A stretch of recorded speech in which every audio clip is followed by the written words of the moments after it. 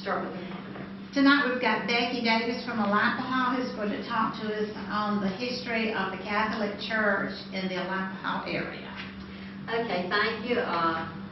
It's an honor to be here, and I love history as much as you do. And it's been a pleasure really to do this book with Jeremy Roberts.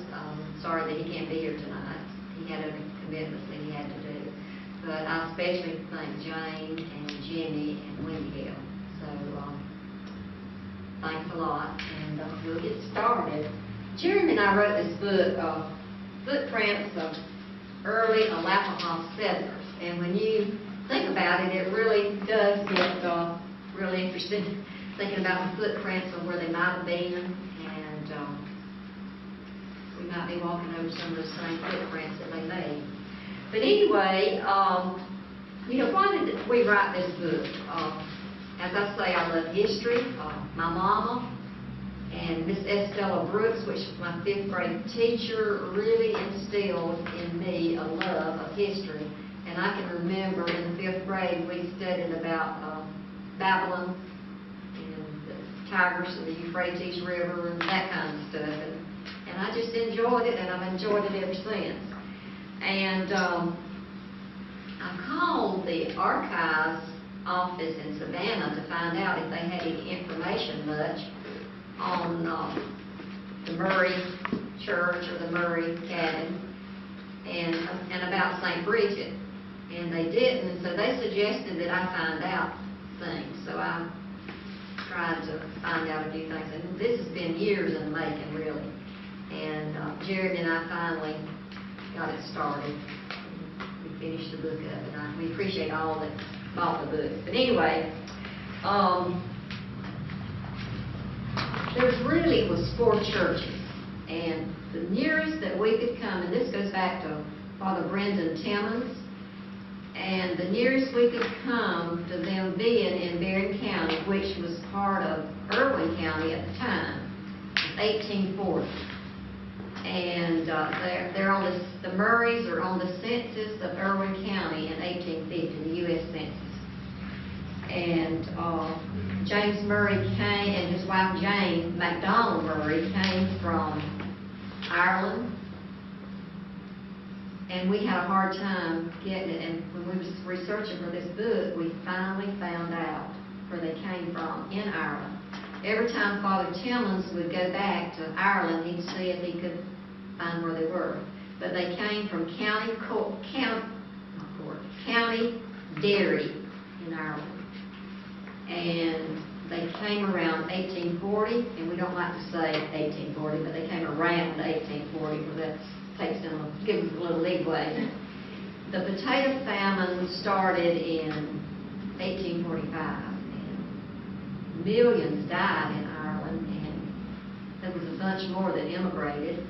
And these ships that they would get on, they would say they were death ships because there'd be so many dead when they got to where they was immigrating to. But anyway, like I say, there was 4 churches. One was around the Glory Church. I say Glory Church, I shouldn't say that. Glory Community between Alapaha and Willacoochee. And it was a sawmill type building with boards going up and down. And they didn't leave it there very long. And then James Murray built a 1-room log cabin close to his house. And that was the 2nd church, and it was called St. Patrick's, or either commonly called Murray Church. And then the 3rd church was St. Bridget, that was built in 1902, and then St. Anne in 1942. And the sawmill type building was halfway between Alapaha and Willacoochee. And Murray had a commissary store in that area, and I reckon he just wanted to build something to worship. That's basically what we can find out because it goes back so far. All right, the log cabin was built right there on his farm, and it's about 2.5 miles from Alapaha. And then in 1902, they built St. Bridget, and they wanted a bigger church, and they wanted it in town because Alapaha was a booming community at that time. You won't believe what I'm fixing to say, but at one time, Alapaha had 5 dentists, not 5 dentists, 5 doctors and a dentist, and it had a newspaper called the Alapaha Star. It had a Ford dealership. Eston Gaskins was the one that did that, and he was very good, but the Ford people, they really vetted him out to make sure that he was the kind of man that they would want to sell cars. It's not like it is now. And it was real interesting to find out chassis and all would come on the train, and they would unload them, and on Henry Street, which is where it goes by the bank, and it's across the railroad track, and that building where Steve Dixon had his company before they moved it to the place they're at now on 82. And they would put those Ford cars together on the street, and there were several that had little cars at that time, and it was interesting to hear some of the people talk about it. And Lucy Lake was popular at that time, and my mama was sort of young, and she would talk about Wilson Moore, which would be Arthur Moore's brother, and he had one of those cars, and some of the boys and girls would get in it and go to Lucy Lake. And Lucy Lake had a skating rink, it had a swimming pool, it had dressing areas to change in your bathing suits, and it had a dance floor too out there. So it was a big place at that time. And people also thought that the sulfur water from there had healing properties, sort of like warm springs, and people would go there, but people would come to Lucy Lake to get that water. And there was a train, the Osceola Southern train, went right close to there, and they would get on that train and go out there. But anyway, talking about St. Bridget, it was built in 1902, and the land came from John J. Paul, which was Mary Ellen and Joe and Mark Dixon's grandfather. He had an appendectomy at St. Joseph's Hospital in Atlanta, and it was probably around 1900. And people didn't survive an appendectomy at that time, so he was very pleased and happy that he did survive and got along so good, and they treated him so well. So he gave the land for $25, and one of his sisters did not want him to give that land to the Catholics. And Andy could probably know what I mean by that. But he did anyway. He told his sister that he was doing it, and in no uncertain terms, and she didn't have anything to do with it. So that went for where the church was going to be built. John Rowe, which was a grandson of James Murray, Matthew Rowe was his father, went 35 miles to Worth County in a mule and wagon to build a church, to get the lumber to build the church. And can you imagine going that far to get the lumber in a mule and wagon? Reckon how long it took. Wonder how many trips he had to make. I thought about that. But it was very interesting to me. And then the church that we have now, C. McMillan, sold us that land for just a token amount because we just needed it for a bigger congregation. Well, that was right during World War II. What did he say, 42? In 1942, yes. See, that would have been really hard times. That's when we were having rationing and Yeah. everything else. Yeah. Well, it was complete completed in 42. I don't know, the Extension Society, and you'll know what that is. Yeah, Helped with the money part of building that. yeah, we just went through that down here. Yeah. So, let's see. And St. Anne was named after Jesus' grandmother. Her name was Anne. So, all right. Like I said before, James and Jane Murray, MacDonald Murray was from Ireland, and they had 10 children, and they were all born in Berrien County, which was then Irwin County, 5 girls and 5 boys, and they had 2 sets of twins. Can you imagine that in that time, day and age, when they, read what they thought when they had 2 children at one time? And but survive. And survive, that's right, and survive. And the Irish immigrants in that area, they came to Charleston, South Carolina, and then they came through Savannah and Statesboro, and they ended up in Worth County. And Murray and the other Catholic immigrants worked on the Brisbane Railroad, which they was clearing the right-of-way from Albany to Mobley's Bluff, to the Okmulgee River. And then that Captain Albert Brisbane, he went broke. And so money from a settlement or either a lottery for land went to Murray and the other Catholics. And they came to Alapaha, on the other side of Alapaha, 2.5 miles on the other side of Alapaha. And when they came in 1840,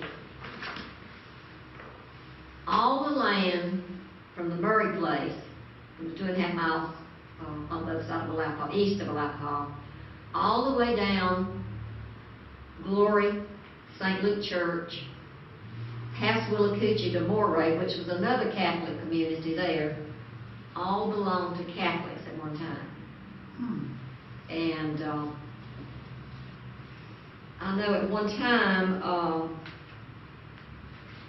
priest, and I really think it was a bishop, but I can't say that exactly, but Murray had gone to Savannah with some of his goods, and he would farm, and he even dug out a place, and they call it Murray Pond, and you could visibly see it, and he grew rice in that pond. He diverted the Alapaha River. And to me, that would be, we think of people not being as smart as we are now, but they were smart, or he wouldn't have thought about doing something like that. And anyway, Murray had been down to Savannah, and this priest came back with him, and they went to Milltown, which is Lakeland, and the blacks responded to the Catholic teaching down there. Of course, there's white Catholics too there, and have been for a long time, but they went down there and he preached and all. And then in the records at St. Xavier's Church in Brunswick, it tells of this priest visiting, and he wrote it in the records there, Milltown. They went 26 miles in a northeasterly direction, which was Alapaha. And then he visited the Murrays, and he crossed the turbulent Alapaha River. It must have been flooded at that time or something. And he went to Henry Marshall's, which would be my grandfather so far back. And for a long time, I didn't know that, but Dolores Lyons, do y'all know her? She was a teacher, and she loved history too. And anyway, she told me that Henry Marshall lived in the St. Luke area. And Shirley McMillan told me that some of that land still belonged to some of the Marshalls in the area, in the Willacoochee River, close to their house. But then after he left the Marshalls, he went to Moray. And then he went to Rebecca, Georgia. All right, he preached and baptized and confirmed, and then he came back to Moray and Willacoochee. And this right here is what's really interested me a lot, is he found out that Sherman was, this was in 1864, Sherman was going to march on the city, meaning Savannah, and he hurriedly went back to Savannah. Okay, and y'all know that Savannah, Sherman didn't burn it. But the bishop and some of the priests and all that was down there met Sherman outside the city and asked him not to burn Savannah. So he telegraphed Abraham Lincoln, and he said that he was giving him the city of Savannah as a Christmas present. So evidently it was close to Christmas. As a Christmas present, so he didn't burn the city. Okay, I found out that Sherman was a Catholic. He had a brother that was a priest. And Andy can sort of think of this too. You respect the priest, and you really respect the bishop too. You have a lot of respect for him and a lot of awe for him. And with the bishop and the priest asking him not to burn the city, and him being Catholic, that had to have had some kind of effect on him. And with his brother being a priest, it had to have a little bit more effect on him. So I say he didn't burn it because he was Catholic and his brother was a priest, and the bishop and the priest asked him not to. But now that is not what history says. History says he gave Savannah to Lincoln as a Christmas present. But what do y'all think about that? That sounds good. I thought that sounded good too. It sounds plausible. But if y'all want to ask me any questions, y'all can. I'll be willing to answer what I can. But anyway, Murray was very well educated. He was an avid reader. He wanted people to reach their potential. He wanted them to keep the faith. And let me tell you, it was hard to keep the faith in those days, because there was a period of 10 years that a priest didn't visit them. And can you imagine, there's a lot of people that lost their faith, and a lot of people would go to other churches, and you can see that. But there were some of them that kept the faith, and there's still some at St. Anne's that's related to those people way back then. In Worth County, Murray taught school for some of the children and anybody else that wanted to learn. And I thought that was an interesting fact too. And his influence really can still be felt today. And I know Joe Rowe, which would be a great-grandson of Murray, a lot of the Catholics moved, and a lot of them moved to Tampa, and that's where Autry, some of his people lived, in Tampa. And they still really was so fervently Catholic, and when I was talking to Joe, he said, I want to know how the Rose has such a strong Catholic faith in mostly non-Catholic community. But it had to all go back to James Murray and his influence that he had. And in fact, one of Joe's, that would be Autry's first cousin. Yeah. And one of and Joe's sister, and you'll see her picture in the book, and she looks like a movie star. She became a nun. And that's just how strong the faith was. And like I say, they all had to struggle to keep the faith. A lot of times when we go through such hard times, the only thing we can depend on is God, and that's what we do. Okay.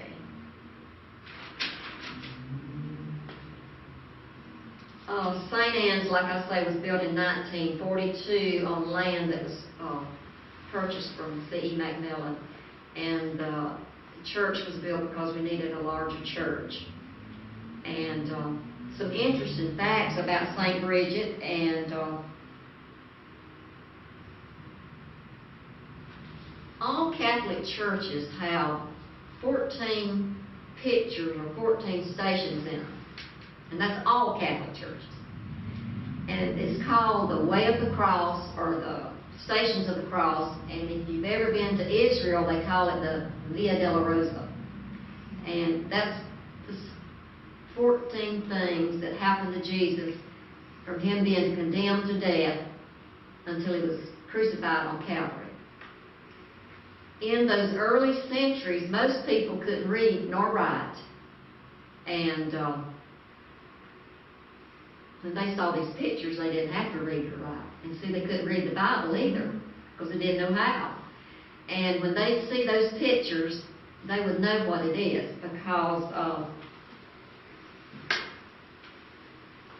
when Owen and Wilma Nugent died, and the family did not pick up on it, but over the head of their bed was the 13th station of the cross that belonged to St. Bridget.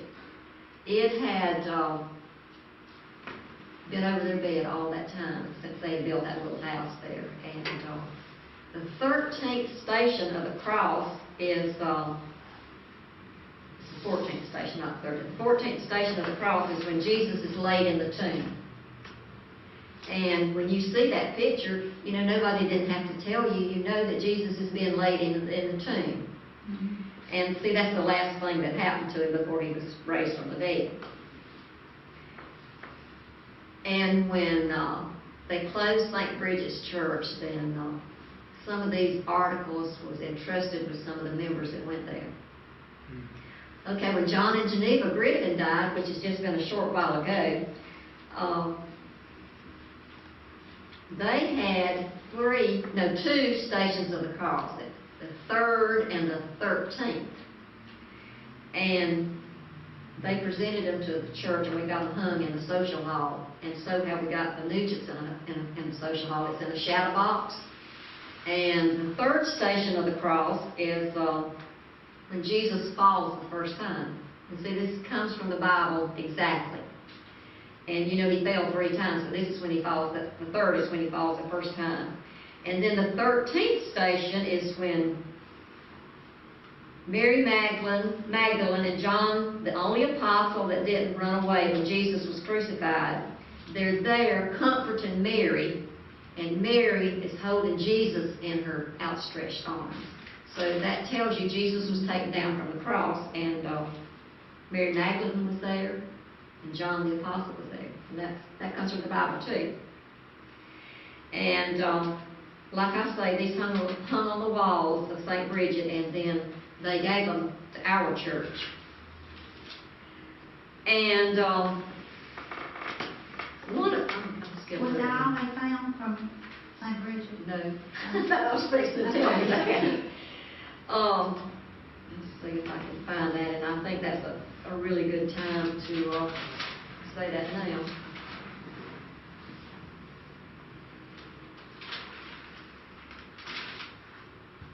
Well, I can't find it, but I'll tell you about it because I know it. Weenie and Tim Moore used to live behind my Uncle George and Aunt Allie's house. And they shared a shed to put, junk in and other stuff that wasn't junk. Well, they moved when they built their new house. And see, this was maybe in the 1970s, 60s or 70s. And they were cleaning out the barn at their new house. Of course, it wasn't new anymore, it was old. And in cleaning it out, they found what you call a censer and a boat. And that censer and a boat is used in Jewish worship services and Catholic worship services. And she brought them to me and wanted to know, about them. And I said, yeah. And then in investigating, that came from St. Bridget's too, which was interesting to me. Well, I took them and showed Father Justin Ferguson, our priest now, and I cleaned them up, and we're using them in the church now. And that was just really interesting to me to think all these years that was hidden, you might say. And that's like, things is there, but if we don't know it, we don't know it, do we? But a lot of times a priest would come from Albany on the railroad, on the train.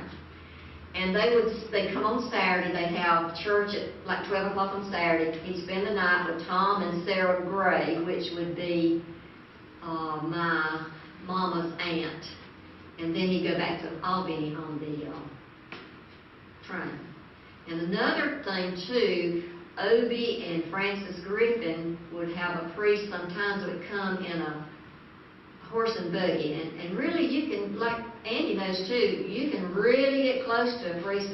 And I'm sure y'all can get close to some of your pastors too. Some of them you just get more closer to because they make you feel better, they're just more welcoming, and they want you to get closer to them. But anyway, this priest would go, and they called it the house and the pastor, which was down close to the James Murray land. And they had a room set up where he would celebrate Mass, and all the relatives would come over, and they would have Mass. And then sometimes when some of the family from Tampa came, Francis's brother and some of the other people, it was amazing how they played the organ, they played the piano, they played the fiddle, and you know, people like that a long time ago, that's how they kept themselves busy and entertained and all. And they would play music, and they'd dance on the porch, and they'd dance in the yard. And this come directly from some of their people that told me about this. But that was interesting too. And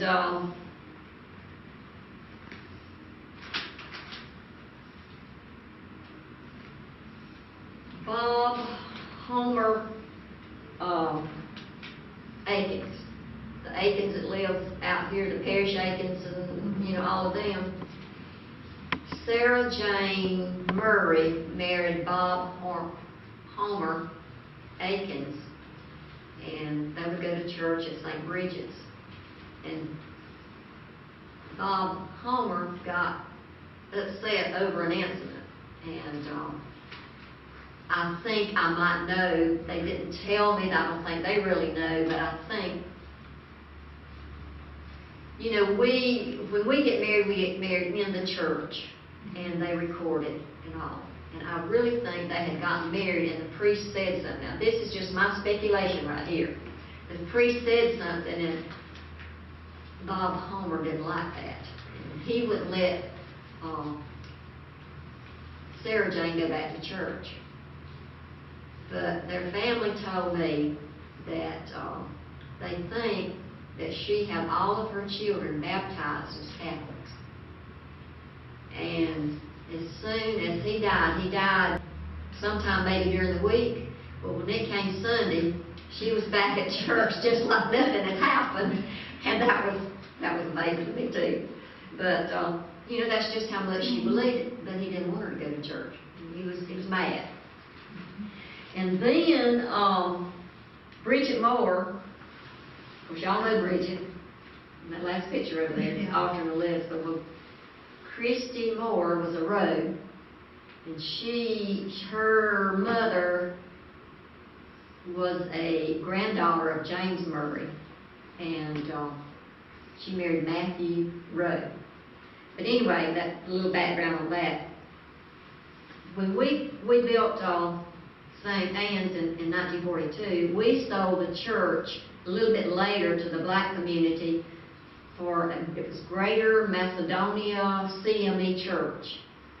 And they had it all these years until maybe somewhere around 2011. And they wanted somebody, they'd even thought about burning the church down, but they wanted somebody to take it. So finally Bridget took it because she likes old things, and so she took it, and they carried it on down, and it was land that belonged to Christy Moore, the Rose, which was direct descendants of James Murray. And it was put on original James Murray land, and it's by the Alapaha River. It's on the east side of the Alapaha River. In fact, the church, maybe the river is from far as to that back wall over there. And you just go look down the river. But now, it's not like the river's flooding this way, the river's down here, and it's a big embankment. And she didn't want it to be tore down. And Now, what relation was Christy to Audrey? that's her Alder's mother. Okay. And this church is being renovated. They've got a new roof on it. They've got siding on it. It's got the original bell in it. And I've been out there. The floor needs fixing, but they're going to do that eventually. And Joe Rowe wants to have a mass celebration there, honoring all the descendants and all the people at that time when the church gets finished. But Elizabeth was in the beauty shop, and she and I were talking, and she said, Becky, you ought to go to see where we put the St. Bridget's Church. And I said, oh, I'd love to. And I said, well, are y'all going to name the church? And she said, well, it's a church. I reckon we ought to name it. And I said, well, do you know what the original name was? And she said, no. I said, St. Bridget. She almost fell out of the chair in the beauty shop. It was so funny. Isn't that ironic that it was named Bridget? And Bridget was the one that got it. So anyway, it's named St. Bridget. But that was the original name of it anyway. And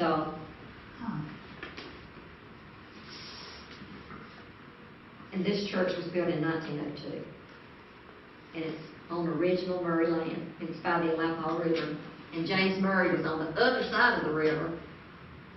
The land was there, and you don't have to go but just a short piece, and there's the Alapaha River on the west coast. So it's just across the... So that was interesting. But now, James Murray died in 1891. And so he didn't get to see the new church, but his sons and grandsons and all had that. Let's see, something else that was really interesting to me is these Irish travelers would come by.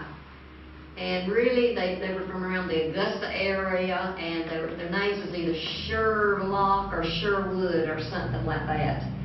And they traded in horse flesh and mule flesh, and you know, they would paint, they would repair barns and stuff like that. And somewhere around 1936, when they were in our area, they had a double wedding, and two of the Irish travelers got married, and it was one of the biggest events that Alapaha had. It may have been the biggest event that Alapaha had at that time, because people from all over came. They had a big reception, a barbecue, and all the trimmings and that kind of stuff. And they had stately pines behind the church, and they had all that kind of stuff going on. But Edwin Gaskins told me that he could remember that double wedding, and he could remember those horse traders. And his grandfather, Ed Gaskins, had a lot of respect for them, and they were real trustworthy. Now, these people didn't like to be called tinkers, and they didn't like to be called, something else they were called. I don't know. Gypsies. They didn't want to be called gypsies. And when they come to Alapaha, they corralled their horses and mules and all. It was behind our present day St. Anne Church where Ella Mae and Kenneth Nugent lived. It was real stately pines there, and still are some there. And that just tells of the history of the church there in Alapaha. And it was amazing that all the things that goes back to the murders. Oh yeah, let me tell you something else. There's a Murray Street in Tifton, and some of the Murrays married some of the Fullwoods. And you know that Fullwood park there. So it ties to that too.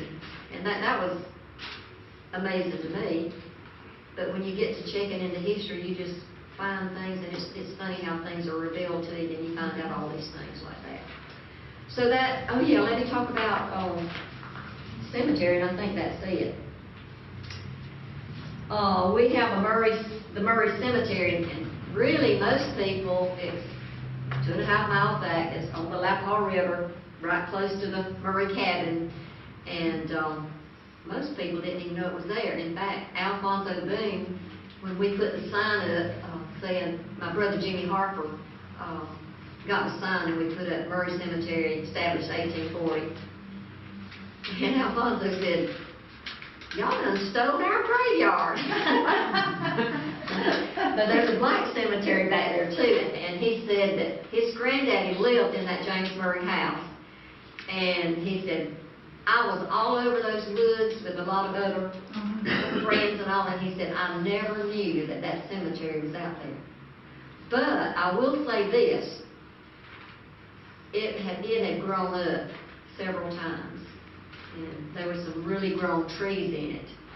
And I remember there was wooden lattice work over the tops of the graves, and they were really rotten down, and they had to take them down. And Andy gave do you remember giving the cement, the stuff to fix those graves? That's been a long time ago. But Andy gave the stuff for those graves to be cemented in. And my daddy and some of the others did that. All those graves identified. Most of them are identified. Yeah. I will say there's 16 unmarked graves down there. And we had somebody to come in and they can tell you where graves are, and I don't know how, but they said there's 16 unmarked graves there. And in the olden days, it had a fence around it, just an old wire fence, and it had a deep ditch dug around it. But now it's all cleaned out, it stays cleaned out. We have a chain link fence around it, and we have a gate, and you can still see where the ditch was dug around it. But, When did y'all clean it up? oh, well, it's been cleaned up for years, really. I will say that I talked with Murray Gaskins before he died, and in the end, he donated the land to St. Anne Catholic Church and the Bishop of Savannah, the cemetery, a 10-foot easement, and the right to get in there. Well, then he died, and Heather, she loves history too. Heather fixed a road down there to it. Instead of having a zigzag, and finally go around it like that, and it goes directly to the cemetery. We thought that was very nice, her doing that. So, and we still appreciate that cement, you don't remember. But Where is that thing now? I'm trying to picture. you know where Moore Sawmill Road is? You used to go to the sawmill on that road, but now you go to it on 82. Yeah. Well, it's 2.5 miles down that road, but you can tell where it is because we've got that Murray Cemetery sign, and it's a historical sign. Is your sign on 82? No, Where's your sign? it's right there close to the cemetery. It's on Moore Sawmill Road. Okay, Moore Sawmill Road, is that going into Alapaha on the right? Yeah, just before you get to the railroad track, Yeah. there's a Yeah. Moore Sawmill Road. Yeah. Mhm. Do you know where Heather's, she has that A Day in the Forest or something like that? Jimmy's. Yeah, you need to go to that sometime. Yeah, that was really nice. I went and I expect to enjoy it, but I really enjoyed it. It's worth going to see. Yeah. And your children or grandchildren would really love it. Becky, I was hunting in there years and years ago, and I found that cemetery that had a moat around. That's what really, Yeah, that's why I knew whose it was and what it was when I found the moat around it. yeah. Well, it was amazing all these years. I can remember when Mama's brothers was alive, that we'd go down there and clean it. Darwood Vickers and some of them, because see, that family ties in. And in the book, you can see how, because we've got the genealogy of a lot of these people that ties back to James Murray. The Aikens, the Vickerses, and the Rose. And I really wanted to know some of these Murrays down here, Darren Murray, and I wonder if they go back to those Murrays, James Murray, because Flora Aikens and all, didn't they live somewhere back down that way? See, they were On the, Avery Mill Road somewhere, or in no, one it's place. the other one. out there close to where the road is, Dorothy, Drake and her Uh-huh. sister. Okay. That road. Well, are there any questions y'all like answered? If I can answer them? That interesting. Now, is that the Murray cabin? Yeah, that's the Murray cabin. Well, that one right there is actually the Murray's daughters, the road cabin there. That one's the road cabin. No, I'm talking about the other one. Okay, yeah, that's inside Yeah, the road that's- cabin, which was the the one that's daughter torn who down. married the road. Mhm. But these pictures are all from the Murray home place here. I went out there with Mark Dixon and Heather Brazel a couple of years ago and took those pictures. I think now she's taken lumber from this, Yeah. because it was in such, Disarray. disarray and everything. Yeah. That she decided to salvage some of the lumber in there, and she's putting it in another cabin up there near where the forestry In center is. fact, when you go in and there's a little pond and you come this way and you go back this way, that's the cabin that she Right. put that lumber. And some of those pieces of lumber was 16 inches wide. Yeah. Oh, she- And I think It was in that Murray cabin. Yeah. Owen Nugent does most of the work for her, I think. Yeah. And, And something else that was interesting too, that doesn't have to do, but now there's a little community down there, more of a big community, it's called Puddleville. My mama lived down there when she was young. Lillian Moore, you know what I'm talking about, Lillian? Yes, Hill? she was my high school She- English teacher. She, lived, down there.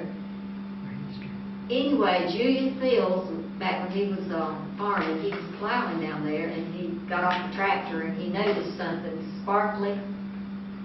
It couldn't have been too sparkly, but he picked it up and it was a medallion, and it had Mary and Jesus on it, and it had stars over Mary's head.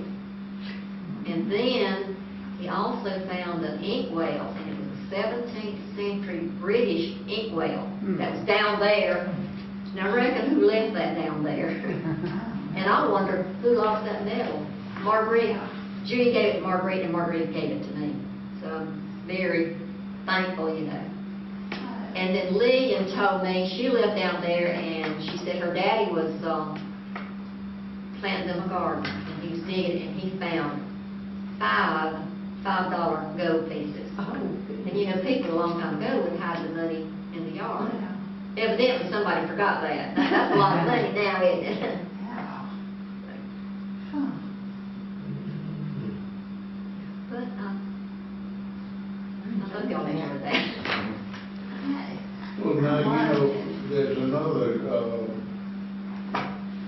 there's a Catholic church between Willacoochee. That's and more, Dublin. yeah. Now, what, is that part of that same family?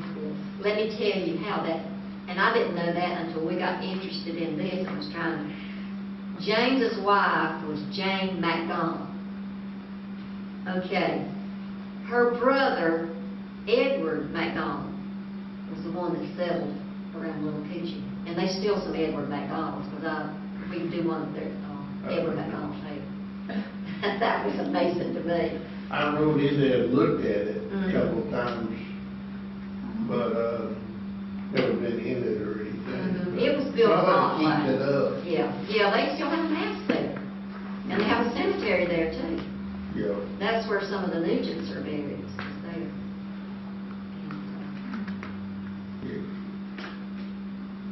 Did you hear On all the the news, What? I said, did you hear all the things she was saying? does it have anything to do with the Murray family? Not really related, other than just being Catholic. In fact, there was Lees, Moores, Murrays, Griffin, Right there. Nolan, Franklin, Vickers, Williams. And did y'all ever know that Tally Williams in Adel? He came from James Murray. He was a grandson of James Murray, a great-grandson of James Murray. He would come over and help clean up the cemetery sometimes too, but that's been a long, long time ago. And the Jernigan's relatives, Murrays.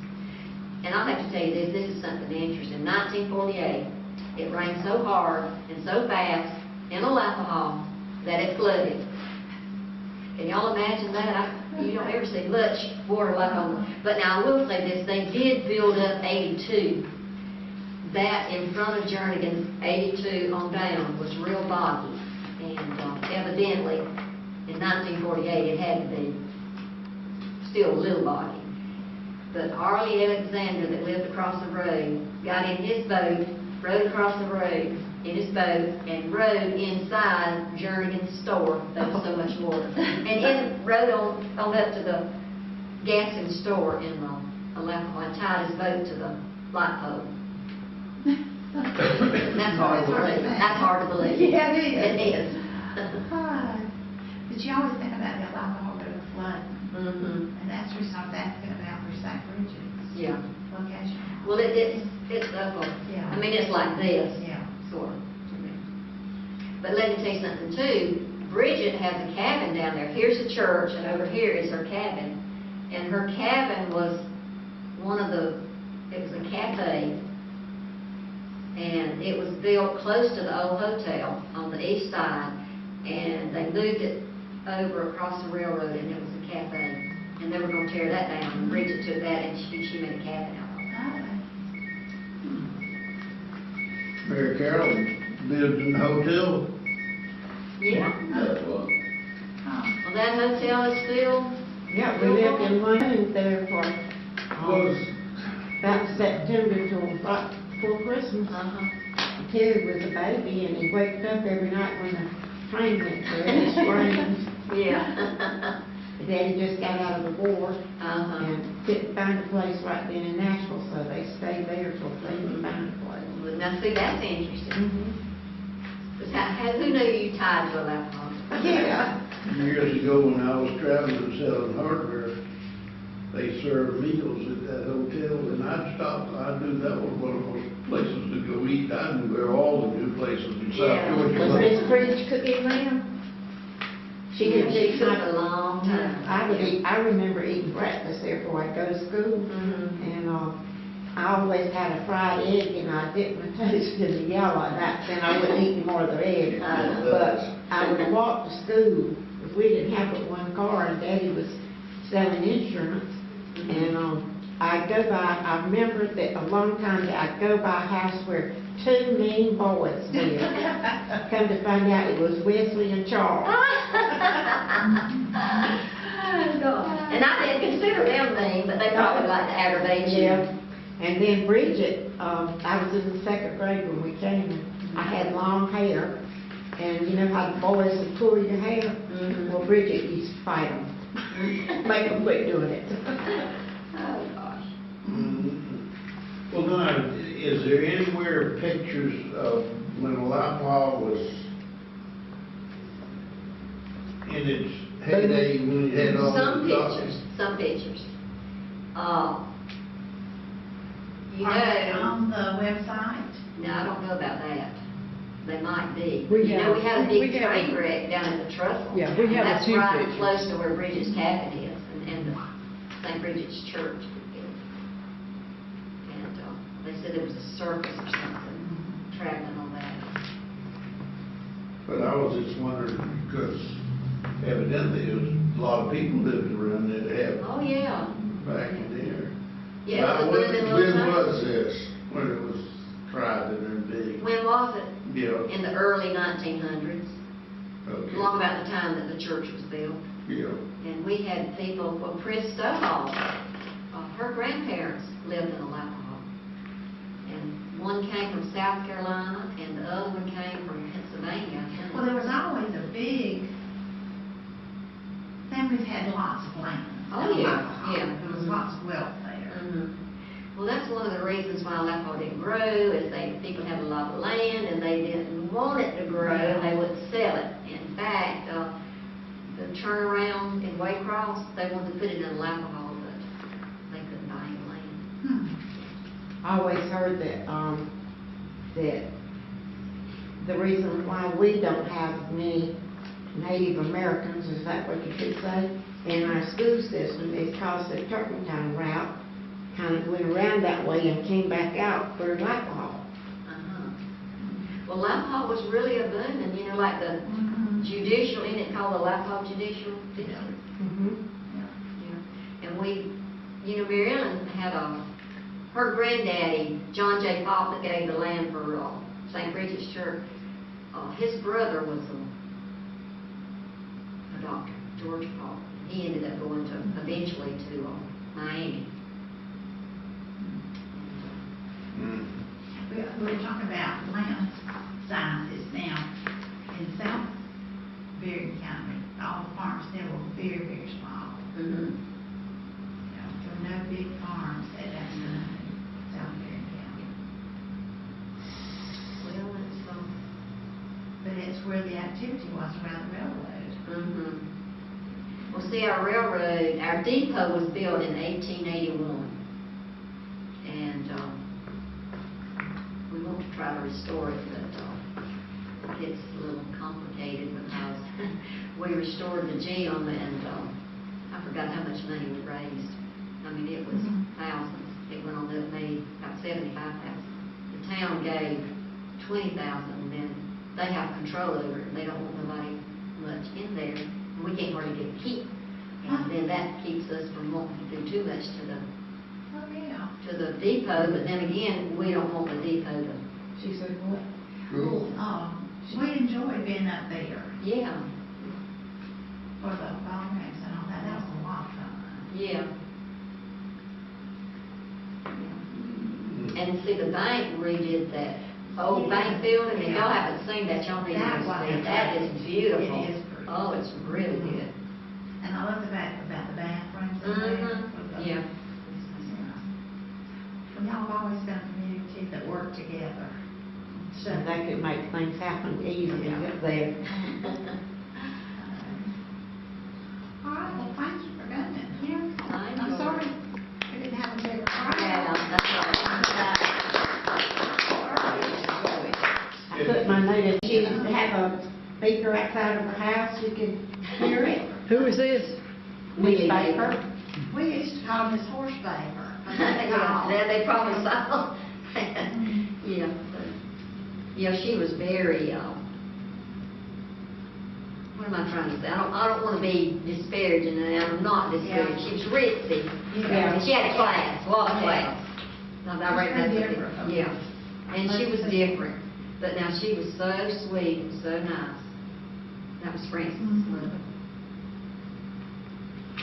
Who's the doctor? Very good. Hadn't thought about her. Well, Marilyn knows.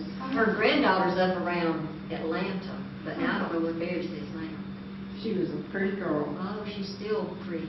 The last time I saw her, which has been about 6 years ago. She still got blonde hair. She Well, had real blonde hair, didn't she? Yeah, she did, but now it wasn't blonde the last time I saw her. It wasn't dark either. She had that color on it. Mhm. Becky, if you look inside your church, I've noticed it over the years when I go up there. The pine lumber in there is all hand-picked.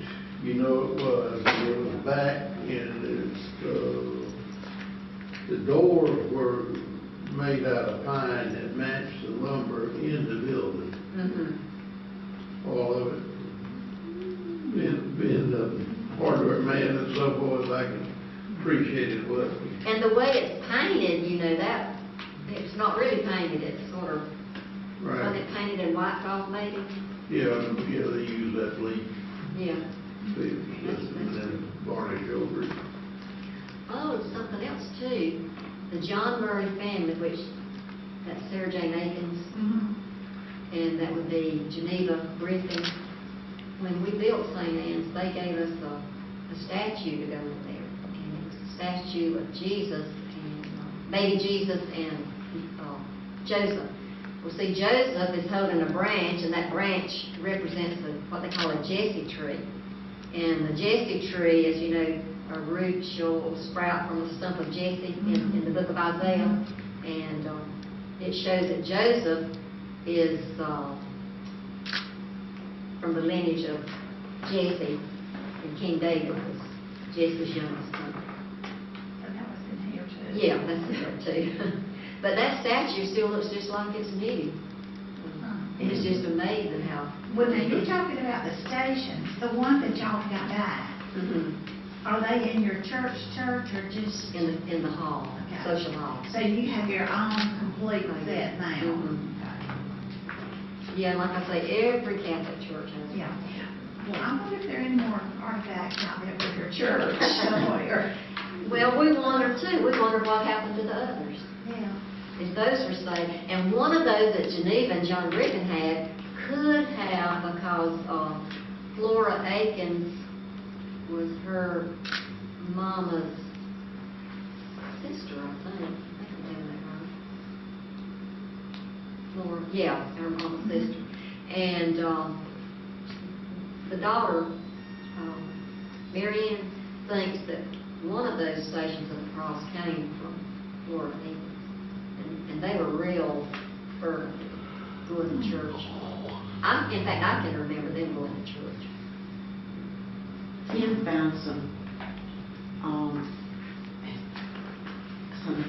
what were they in a place, an antique place in St. Augustine. Uh-huh. Remember he bought it and brought it to you?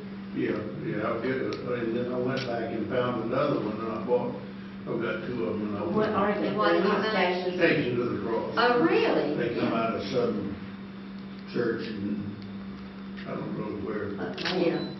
but they're real antiques.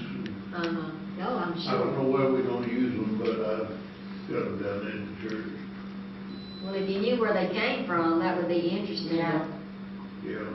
Another thing. Like the lady, I bought them in an antique shop down there, and of Uh-huh. course, she didn't have much history on them, I Yeah. didn't know too much about it. Yeah. In Well, my side, Mama's family dates back to the original settlers of St. Augustine. uh-huh.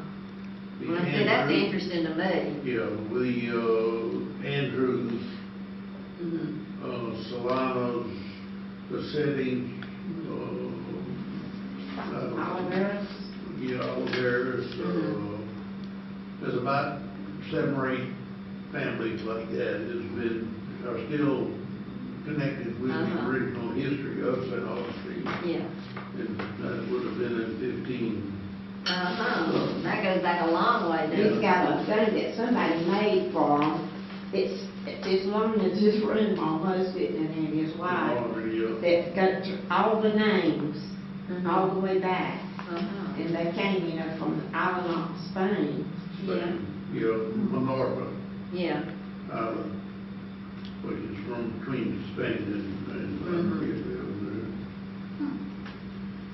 But- Well, that was You know, you go back that far anyway. We Yeah, can do, but we can't prove it. part of the family's history and so Yeah. forth.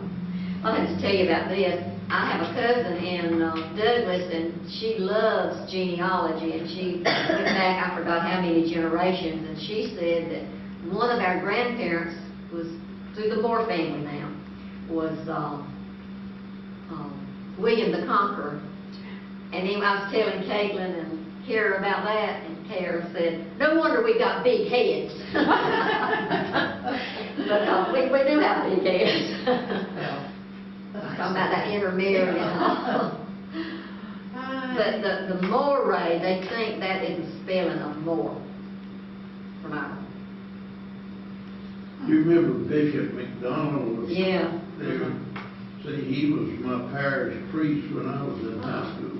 Yeah. And then I can remember when